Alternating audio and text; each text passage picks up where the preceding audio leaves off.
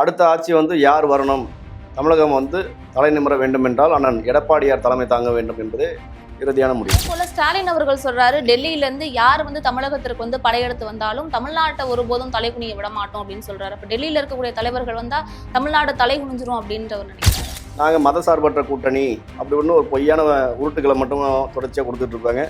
ஆனால் இவங்க வந்து முன்வாசலில் போக மாட்டாங்க, பின்வாசல் வழியாக போகிறதுல திமுக வந்து கில்லாடிக்கும். ஆனால் திமுகன்னு எடுத்துக்கிட்டாவே 1ஆம் நம்பர் திருட்டு கூட்டம். இதுதான் உண்மையான விஷயம். தேசிய முற்போக்கு திராவிட கழகம் இந்த தேமுதிக கட்சியை வந்து அழிவின் காரணமே வந்து திமுக தான். இது மக்கள் எல்லாருக்குமே தெரியும். உதயநிதி ஸ்டாலினுக்குன்னு ஒரு குரூப் செயல்படுறாங்க, கனிமொழி அவர்களுக்குன்னு ஒரு குரூப் செயல்படுறாங்க, சபரீசனுக்குன்னு ஒரு டீம் வேலை பார்க்காங்க. அப்போது டம்மியாக ஒரு பொம்மை முதல்வராக மட்டும்தான் திரு முத்துவேல் கருணாநிதி ஸ்டாலின் அவர்கள் செயல்பாட்டில் இருக்காரு. அதே போல கனிமொழி அவர்கள் வந்து இபிஎஸ் வந்து டெல்லியை பார்த்து பயப்படுறாரு, டெல்லி வந்து அமெரிக்காவை பார்த்து பயப்படுது, இதுக்கிடையில தமிழ்நாட்டுக்கு துரோகம் செய்தவர்கள்லாம் தமிழ்நாட்டை ஆளணும் அப்படின்னு நினைக்கிறாங்க அப்படின்னு சொல்லுவாங்க. இது முற்றிலுமாக அனைத்து இந்திய அண்ணா திராவிட முன்னேற்ற கழக ஆட்சிக்கு வந்தவுடனேயே திமுகவில் இருக்கக்கூடிய சட்டமன்ற உறுப்பினர்கள், அமைச்சர் பெருமக்கள் பெரும்பாலானோர் சிறைக்கு செல்வார்கள் என்பது உறுதி.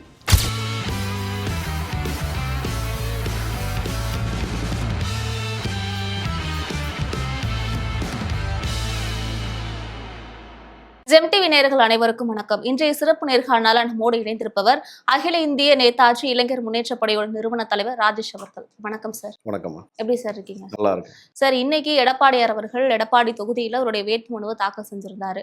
இதுக்கிடையில அரசியல் கட்சிகளோட பணிகள் தீவிரமா இருந்தாலுமே குறிப்பாக எடப்பாடி அவர்களுக்கு தமிழகத்துல இந்த தேர்தலில் எந்த அளவுக்கு மக்கள் மத்தியில் ஆதரவு இருக்கு சார்?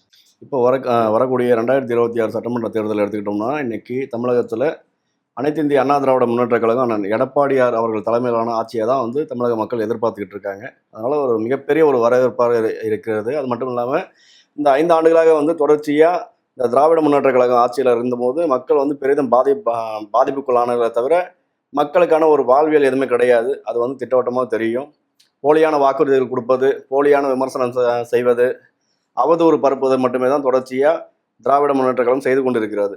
இது எல்லாமே மக்களுக்கு தெளிவாக புரிந்து விட்டது. அதனால் வந்து அடுத்த ஆட்சி வந்து யார் வரணும், தமிழகம் வந்து தலை நிமிர வேண்டும் என்றால் அண்ணன் எடப்பாடியார் தலைமை தாங்க வேண்டும் என்பதே இறுதியான முடிவு.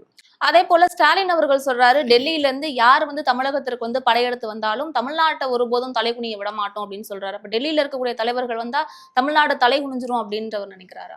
இது நம்ம நாடக கம்பெனி முதல்வர் வந்து அடுக்கடுக்காக ஏதாவது ஒரு விமர்சனம் வைக்கணும், ஏதாவது ஒரு விளம்பரத்தை கொடுக்கறது மட்டுமே தொடர்ச்சியாக வச்சுட்டு இருக்காரு. ஏன்னா இந்த 5 ஆண்டுகள் சாதனையை வந்து திமுகவுக்கு என்னென்ன விளம்பரத்தை என்னென்ன மாடலை கொண்டு போவோம் அப்படின்றதான் பார்த்தாங்க. மக்களுக்கான ஒரு நலத்திட்டமோ மக்கள் வாழ்வியலுக்கான ஒரு விஷயமோ இன்னை வரைக்கும் செஞ்சது கிடையாது. இதே டெல்லியிலேருந்து வரக்கூடிய தலைமையில் இருக்கும் நிர்வாகிகள் வரும்போது பின்வாசல் வழியாக போய் பார்க்குறது யார்? வெள்ளை கொடை எடுத்துகிட்டு போயிட்டு திரு ஸ்டாலின், துணை முதல்வராக இருக்கக்கூடிய உதயநிதி, இல்லை திமுகன்னு எடுத்துக்கிட்டாவே 1ஆம் நம்பர் திருட்டு கூட்டம். இதுதான் உண்மையான விஷயம். பொதுவாக எடுத்துக்கிட்டோம்னா இவங்க மக்கள்கிட்ட நாங்கள் முரண்பாடு வேறுபட்ட கருத்தில் இருக்கக்கூடியவங்க, நாங்கள் மதசார்பற்ற கூட்டணி அப்படி ஒன்று ஒரு பொய்யான உருட்டுகளை மட்டும் தொடர்ச்சியாக கொடுத்துட்டு இருப்பாங்க. ஆனால் இவங்க வந்து முன்வாசலில் போக மாட்டாங்க, பின்வாசல் வழியாக போகிறதுல திமுக வந்து கில்லாடிகள்.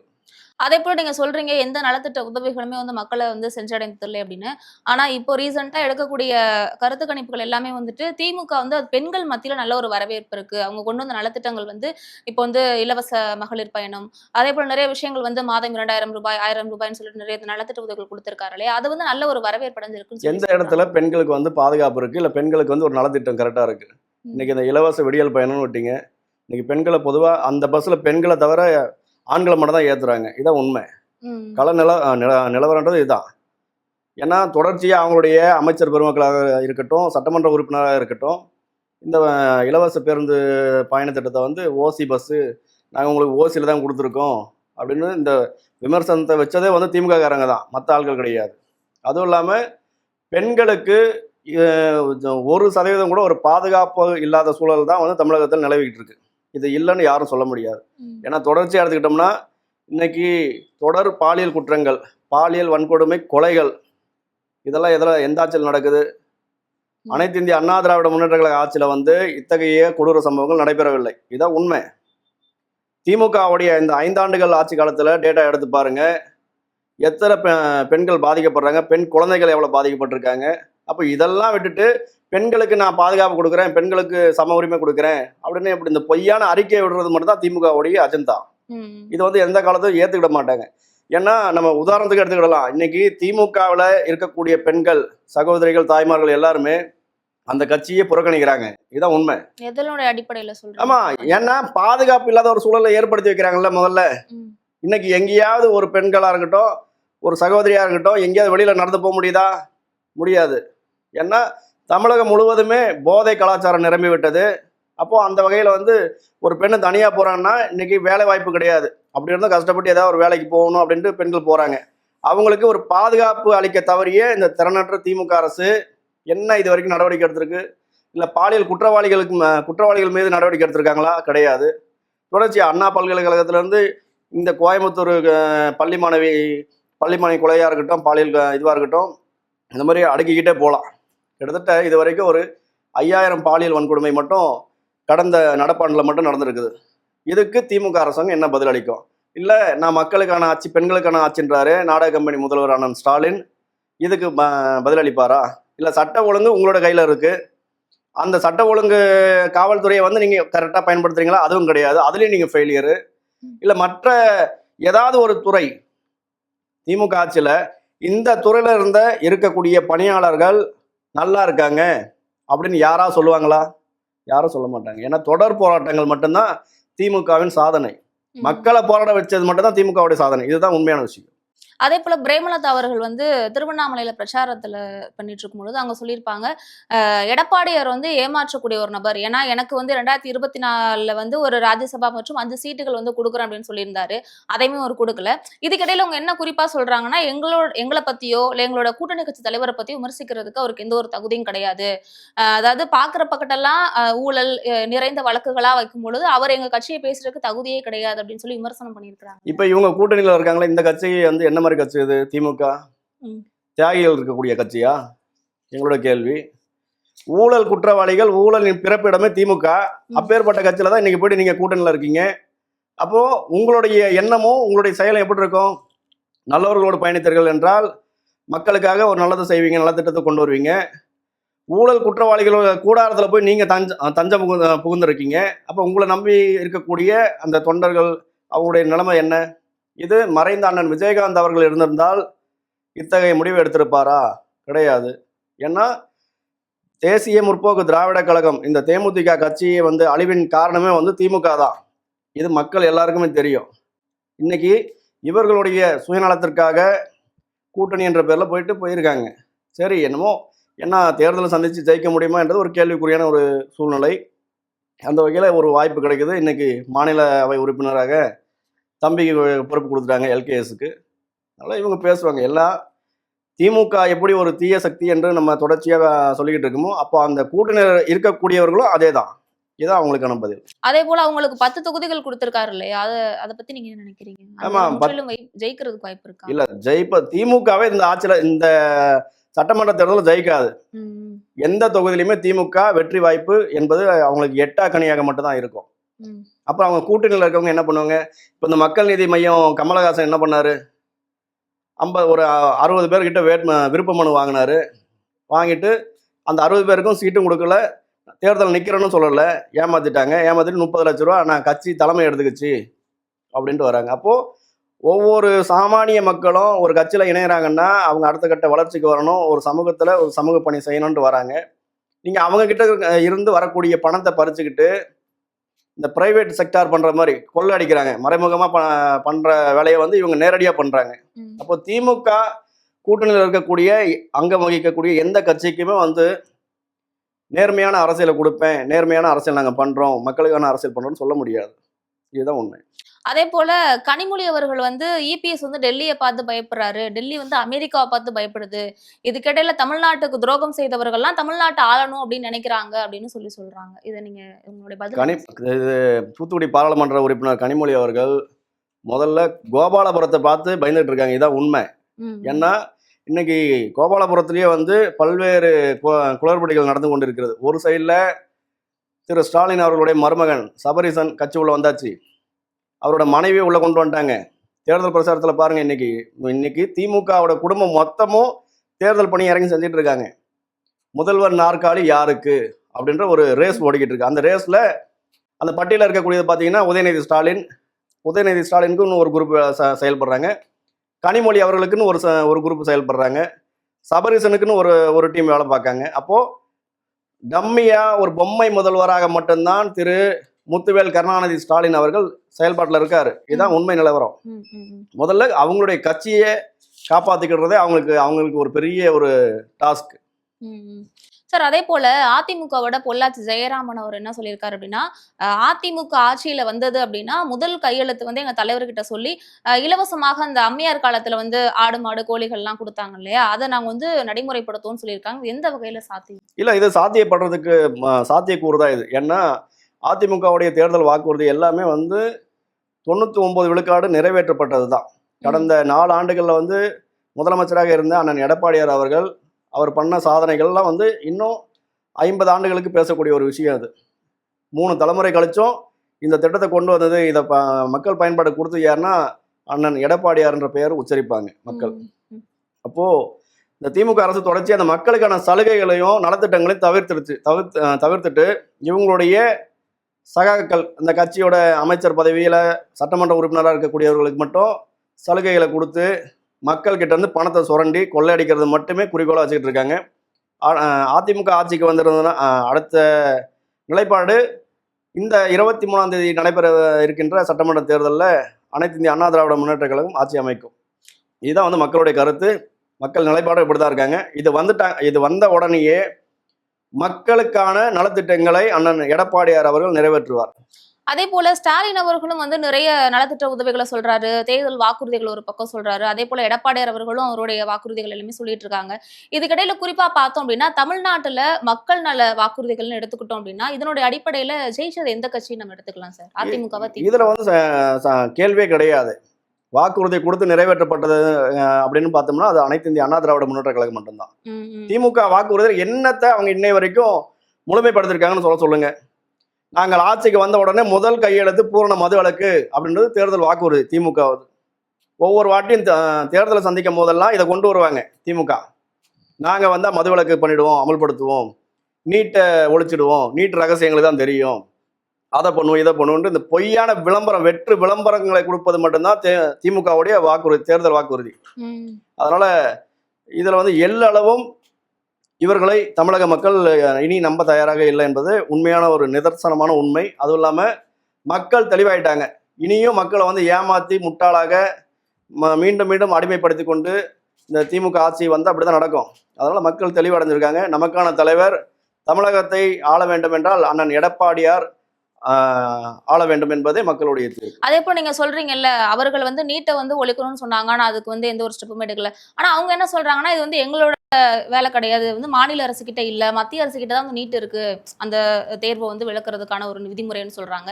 இதுக்கிடையில கனிமொழி அவர்களுமே வந்து எடப்பாடியார் வந்தாரு அப்படின்னா அவங்க கிட்ட வந்து மக்கள் வந்து என்ன கேட்கணும் அப்படின்னா கேஸ் சிலிண்டர் பத்தி அந்த விஷயத்தை கேட்கலாம். அதே போல நீட் வந்து ஒழிப்போம்னு சொன்னீங்க, அதுக்கான கேள்விகள்லாம் அவர்கிட்ட கேட்டீங்க அப்படின்னாவே அவரே பதில் சொல்ல முடியாது அப்படின்ற மாதிரி அவங்க சொல்றாங்க. இந்த நீட்டு சம்பந்தப்பட்டது பாத்தீங்கன்னா இந்த நீட்டு தேர்வுக்கு வந்து முதல் அடித்தளம் போட்டது யாரு?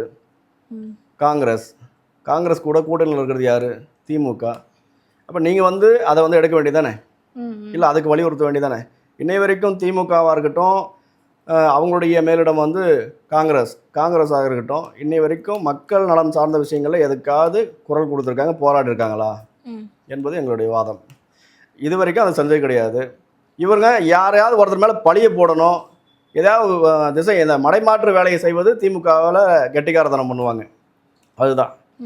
அதே மாதிரி இந்த தேர்தல் வாக்குறுதிகள் இப்போது 525 வாக்குறுதிகள் கொடுத்துருக்காங்க திமுகவில். இது எதுவுமே சாத்தியப்படாது. அதிமுக ஆட்சி காலத்தில் இருக்கும் போது பெண்களுக்கு வந்து தாலிக்கு தங்கம் திட்டத்தை கொடுத்துருந்தாங்க. அதே மாதிரி பிள்ளைங்களுக்கு வந்து மடிக்கணினி திட்டமும் கொடுத்தாங்க. அதே அண்ணன் நாடக கம்பெனி முதல்வர் கொடுத்தது என்ன? 10வது 11ஆம் வகுப்பு படிக்கக்கூடிய மாணவர்களுக்கு நீங்கள் மடிக்கணினி கொடுத்தீங்கன்னா அவன் உயர்கல்வி அடுத்தது காலேஜ் போகும்போது அதுக்கு பயன்படும், அது சம்மந்தமாக அவங்களுக்கு ஒரு பயனுள்ளதாக இருக்கும். இவங்க என்ன பண்ணாங்க?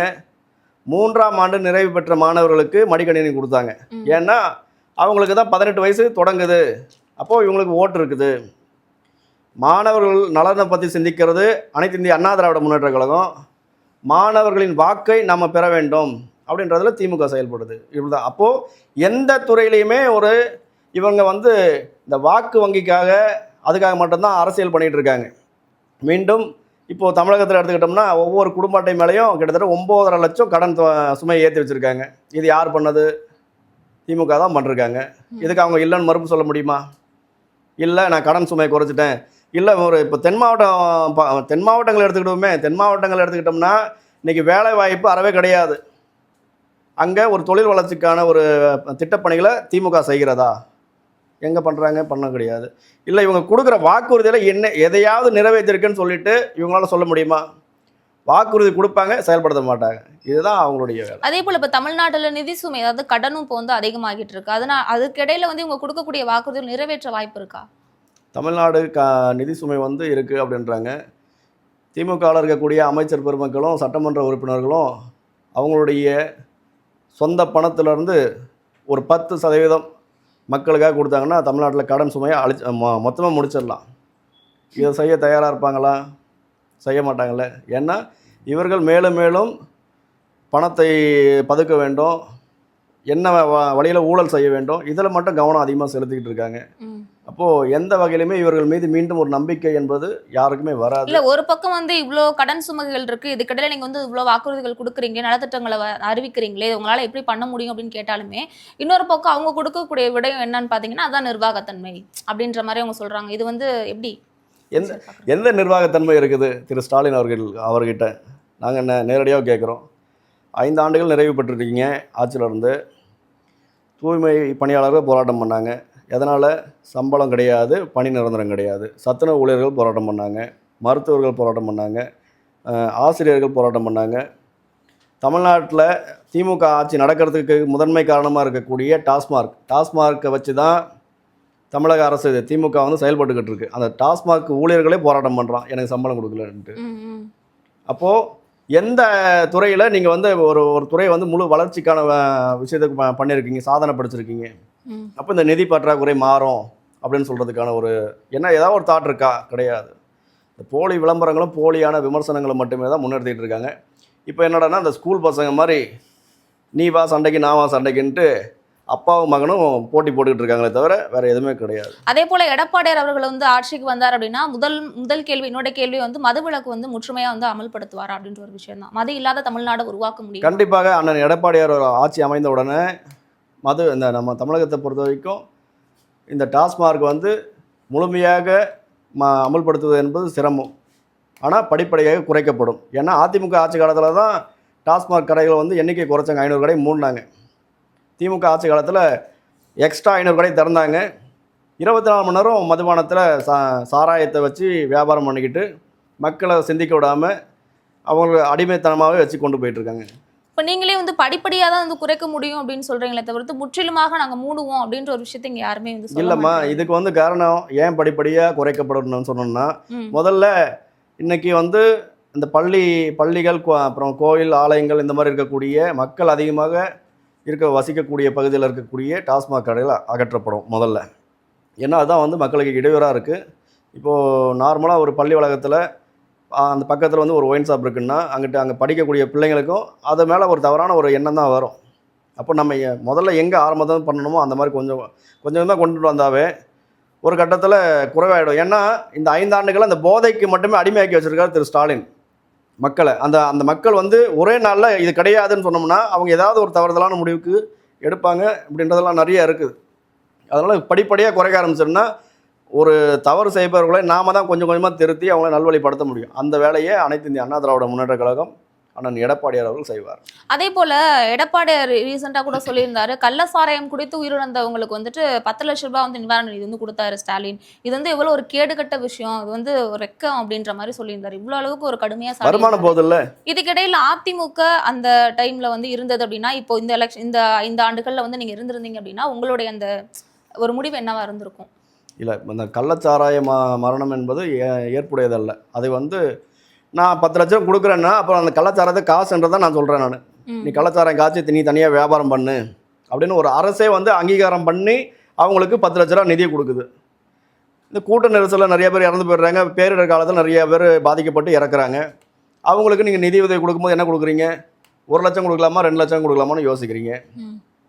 அப்போ அந்த விஷச்சாராயத்தை அருந்தி அதை குடிச்சு செத்து போகிறவங்களுக்கு 10 லட்ச ரூபா கொடுக்குற, ம். இயற்கை பேரிடரில் பாதிக்கப்பட்டு இறக்கும் போது நிறைய காணொலியில் பாருங்கள், நிறைய பிள்ளைகள் பள்ளி மாணவர்கள் வந்து இந்த இயற்கை பேரிடரில் வந்து தாய் தந்தையை இழந்துட்டு அனாதையாக இருக்காங்க. அந்த மாதிரி குழந்தைகளை தேர்வு செஞ்சு நீங்கள் அவங்களுக்கு முழுமையான கல்வியும் அவங்களுடைய வாழ்வாதாரத்துக்கான ஒரு நிலைப்பாடை ஏன் திமுக எடுக்கிறது கிடையாது? ம். எங்களோட கேள்வி இதுதான். மக்கள் நலம் சார்ந்து மக்களை சிந்திச்சு இன்னைய வரைக்கும் திமுக என்ன சாதிச்சிருக்காங்க? இதுக்கு ஏதாவது பதில் இருக்குமா? இன்னைக்கு ஒவ்வொரு அமைச்சர்களும் ஊழல் குற்றவாளிகளாக தான் இருக்காங்க திமுகவில் இருக்கக்கூடியவர்கள்.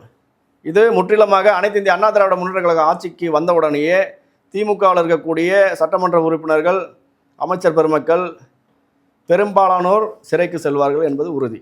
உறுதியா? உடனே வந்து அதிமுக வந்தது அப்படின்னா எல்லா அமைச்சர்கள் உள்ளதான் இருப்பாங்கன்ற மாதிரி கண்டிப்பா சொல்றீங்களா? உண்மை அதுதான். ஏன்னா ஊழல் குற்றவாளிகள் நீண்ட நாட்கள் வந்து தப்பித்துட்டு இருக்க முடியாது. அதனால உண்மை ஒரு நாள் வெளியே வரும்.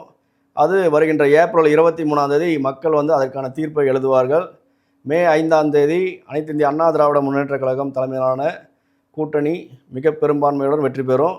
அண்ணன் எடப்பாடியார் அவர்கள் நிரந்தர முதல்வராக தமிழகத்தில் அமருவார் என்பதே உறுதி. இப்ப அதே போல சார் நம்ம வந்து பிரச்சாரங்கள் வந்து 2 தலைவர்களுமே வந்துட்டு பண்ணிட்டு இருக்காங்க. நம்ம வந்து குறிப்பா பார்க்குறோம். எடப்பாடியார் அவர்களுக்கும் வந்து ஓரளவுக்கு கூட்டம் கூடுது. அதே போல ஸ்டாலின் அவர்களுக்கும் கூடுது. இதுக்கிடையில வந்து இப்ப இருக்கக்கூடிய டைம்ல தமிழக மக்கள் வந்து எந்த கட்சியை நம்புவாங்க? யாருக்கு வந்து வாக்கு செலுத்துவாங்க? ஏன்னா நீங்க ஒவ்வொரு தொகுதியா போயிருப்பீங்க, பார்த்திருப்பீங்க. அங்க மக்களுடைய ரியாக்ஷன்லாம் எப்படி இருக்கு? உங்களுடைய ஆதரவு யாருக்கு அப்படின்னு? இல்லை, இப்போ இந்த கேள்வியிலேயே வந்து நீங்கள் எடப்பாடியார் அவர்களுக்கு வந்து கூட்டம் குறைவாக இருக்குது அப்படின்ற மாதிரி சொல்கிறீங்க. அப்படி இல்ல ஒரே கிடையாது. அளவுக்கு கூடனாலும் அது எப்படி நம்மளால வந்து இந்த கட்சி தான் வரும் அப்படின்னு நம்மளால சொல்ல ஏன்னா முடியாது. அதுல வந்து ஒரு புதிதான ஒரு முழுமையாக விஷயம். வந்து களத்தை வந்து நீங்கள் வந்து சர்வே பண்ணுங்கள். உங்களுடைய தொலைக்காட்சி வாயிலாக நான் இந்த ஒரு கோரிக்கை வைக்கேன். இன்னைக்கு திரு ஸ்டாலின் அவர்கள் செல்லக்கூடிய இடத்துல மக்கள் யாரும் வர்றது கிடையாது. இதான் உண்மை. ம். உதயநிதி ஸ்டாலின் ரோட் ஷோ போகிறாரு. தனியாக வண்டியில் அவங்க பாட்டு ஜாலியாக போயிட்டு இருக்காங்க. ம். ஏன்னா எந்த மக்களும் ஏற்றுக்கிட மாட்டுறாங்க. ஏன்னா 5 வருஷம் இவங்க பண்ண கொலை, கற்பழிப்பு, இந்த மாதிரி நிறைய விஷயங்களால் மக்கள் ரொம்ப பாதிக்கப்பட்டிருக்காங்க. யாரும் வரமாட்டுறாங்க. அதனால தான் இவங்க என்ன பண்ணுறாங்க, வெளி மாநிலத்திலேருந்து பெண்களை கொண்டுட்டு வந்து தன்னோட கட்சி நிர்வாகிகளாக அறிமுகப்படுத்திக்கிட்டு கூட்டம் இருக்கிற மாதிரி காட்டுறாங்க. ஆனால் அண்ணன் எடப்பாடியார் அவர்கள் சுற்றுப்பயணத்தை மேற்கொண்டிருக்கார், பிரச்சாரம் பண்ணுறாரு. தன்னெழுச்சியாக மக்கள் எல்லாம் அணி அணியாக வந்து கொண்டிருக்கிறார்கள். அப்போது அவர் அண்ணன் எடப்பாடியார் பின்னால் வருவது மட்டுமே தான் தமிழகத்தின் மக்கள் அலை. ம். திராவிட முன்னேற்ற கழக அண்ணன் நாடக கம்பெனி முதல்வர் ஸ்டாலின் அவர்களுக்கு வரக்கூடிய கூட்டங்கள் எல்லாம் வட மாநில பெண்கள். இதுதான் உண்மை. ஏன்னா சமீபத்தில் பெண்கள் மகளிர் மாநாடுன்னு ஒன்று நடத்துனாங்க. அதிலே பார்த்துருப்போம் எல்லாருமே. வட மாநிலத்திலேருந்து பெண்களை கொண்டுட்டு வந்து இவங்கெல்லாம் திமுக மகளிர் அணின்ட்டு டிஷர்ட்டை போட்டு கொடுத்துட்டு 200 ரூபா பணத்தை கொடுத்து வேலையை பார்த்தாங்க. இதுதான் உண்மை. அதே போல சார் இப்போ வந்து அதிமுக வந்து பிஜேபி கூட வந்து கூட்டணியில் இருந்திருக்காங்க இல்லையா? அதனால வந்து இப்போ பொதுவாக என்ன சொல்றாங்க அப்படின்னா அதிமுகவுக்கு தமிழ்நாட்டில் ஒரு அளவுக்கு வந்து ஒரு ஆதரவு இருக்கு மக்கள் மத்தியில். ஆனால் பாஜகவோட கூட்டணி இணைந்ததால ஒரு சில வாக்குகள்லாம் வந்து வராம போகும், ஒரு குறிப்பிட்ட பர்சன்டேஜ் வரைக்கும் சொல்றாங்க. இது எந்த அளவுக்கு எடுத்துக்க முடியும்? இல்லை, இது வந்து ஏற்புடையதே கிடையாது. அனைத்து இந்திய அண்ணா திராவிட முன்னேற்ற கழகம் தேசிய ஜனநாயக கூட்டணி, ம். இந்த என்டிஏ கூட்டணியில் இருக்கக்கூடிய அங்கம் வகிக்கக்கூடிய அனைத்து கட்சிகளுமே வந்து மக்களிடையே நல்ல ஒரு வரவேற்பை பெற்றவர்கள். ஏன்னா இன்றைக்கி மத்தியில் இருக்கக்கூடிய நமது மதிப்பிற்குரிய பாரத பிரதமர் மோடிஜி அவர்கள் நல்ல ஆட்சி செய்து கொண்டிருக்கிறார். இன்றைக்கி இந்தியா தலை நிமிர்ந்து நிற்கிறது என்றால் அதற்கு காரணம் பாரத பிரதமர் நரேந்திர மோடிஜி அவர்கள் தான். இது வந்து எல்லாருமே ஏற்றுக்கிடுவோம். அதே போல காங்கிரஸ்க்கு இருக்கக்கூடிய அந்த ஒரு ஆதரவு தமிழ்நாட்டில் பாஜகவுக்கு இருக்கா அப்படின்னு? காங்கிரஸுக்கு யார்கிட்ட ஆதரவு இருக்குன்னு நினைக்கிறீங்க? காங்கிரஸுக்கு கொடுக்கக்கூடிய ஆதரவுகள் பார்த்தீங்கன்னா தீவிரவாத அமைப்புகள், மதவெறியர்கள், இவர்களுடைய ஆதரவு மட்டும்தான் காங்கிரஸுக்கு இருக்குது. அது வந்து எப்படி மக்களுக்காக பயன்படும்? ஏன்னா பாலஸ்தீனத்தில் நடக்கக்கூடிய அந்த தீவிரவாதிகளுக்கு சப்போர்ட் பண்ணுறேன்ட்டு காங்கிரஸ் நிலைப்பாட்டில் இருக்காங்க. இங்கே நம்ம தமிழகத்திலேயோ இல்லை நமது மாநிலத்திலேயோ ஏதாவது ஒரு பிரச்சனைன்னா அதுக்கு யாரும் குரல் கொடுப்பது கிடையாது. தொடர் போராட்டமும் கிடையாது. சமீபத்தில் இந்த நெல்லை மாவட்டத்தில் ஒரு 17 வயது மதிப்புடைய ஒரு சகோதரி, ஒரு தங்கை வந்து பாலியல் வன்கொடுமையால் கொல்லப்பட்டார், படுகொலை செய்யப்பட்டார். திமுக கூட்டணியில் இருக்கக்கூடிய எந்த கட்சியாவது போய் போராட்டம் பண்ணாங்களா? இல்லை திமுக முதல்வர் ஸ்டாலின் அவர்கள் கள்ளச்சாராய சாவுக்கு 60 பேர் கள்ளச்சாராயம் குடிச்சதுக்கு நிவாரணம் கொடுத்தா எல்லாத்தையும் பார்த்தாரு. இங்கே ஒரு பள்ளி மாணவி ஒரு பாதுகாப்பு இல்லாத சூழலில் கஞ்சா போதையால் படுகொலை நடத்தப்படுகிறது, பாலியல் வன்கொடுமை. ஏன் திரு ஸ்டாலின் அவர்கள் நேரில் போய் பார்க்கல? உங்களோட ஆட்சி தானே, நீங்கள் தானே மக்களுக்கு பாதுகாப்பு கொடுக்குறேன்றீங்க. மதவாத பிரச்சனையும் சாதிய மோதல்களையும் இதை மட்டுமே தான் தொடர்ச்சியாக திமுக செஞ்சுக்கிட்டு இருக்குது.